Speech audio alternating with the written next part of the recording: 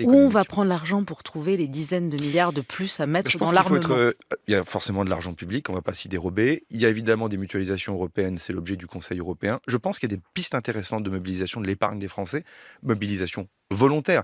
Des programmes d'armement, c'est de l'industrie. En plus, c'est de l'industrie française. On n'achète pas à l'étranger. C'est de la création de richesses sur le Donc appeler territoire les Français national. à mettre de Ce sont l'argent des pour équipements de l'armement. défense qui parfois vont avoir des durées de vie de 10, 15, 20. Un porte-avions, c'est 40 années. Ça veut donc dire que vous pouvez amortir. Donc là aussi, c'est une réflexion avec Éric Lombard. Emmanuel Macron nous a demandé de l'introduire. C'est de se dire, pour les Françaises et les Français qui veulent placer de l'argent de manière patriotique, voir rémunérer cet argent, alors c'est patriotique, donc on imagine que les taux de rémunération seront peut-être modestes, j'en sais rien, je ne suis pas ministre d'économie et finances. Il faut se méfier des chiffres parce que sinon, là aussi, on peut passer d'une toquade à l'autre.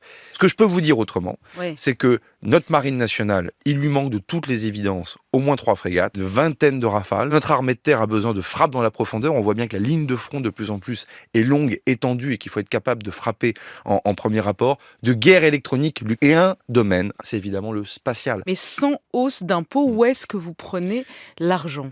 C'est la raison même d'être de l'État, la défense nationale. Donc on peut estimer que les gens payent déjà des impôts pour son armée. Et à ce moment-là, qu'est-ce qu'ils vont faire? Ils vont bloquer vos comptes. Ils vont aller chercher l'argent dans votre compte. J'en sais rien, je ne suis pas ministre d'économie et finances.